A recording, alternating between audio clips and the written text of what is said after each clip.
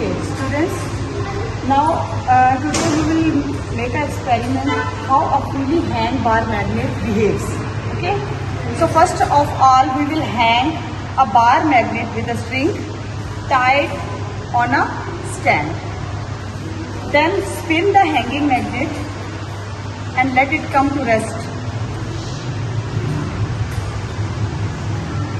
Okay.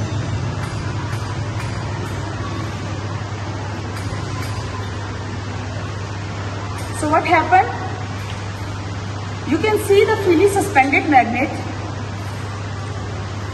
So freely suspended magnet is a magnet that can move in any direction. Okay?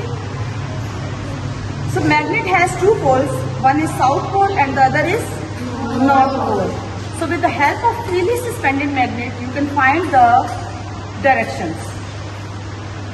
North pole point toward a geographical north of Earth and the south pole point toward the geographical south point of Earth. So by suspending a magnet like this, you can find the direction which is north and which is the pole.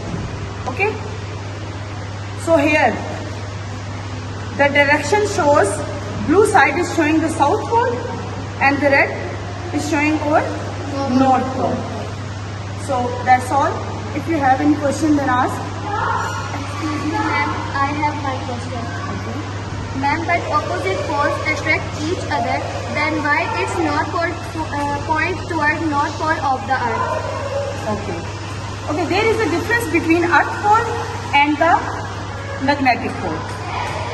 In north direction, there is a south pole of earth, and in south direction, there is a north pole of earth.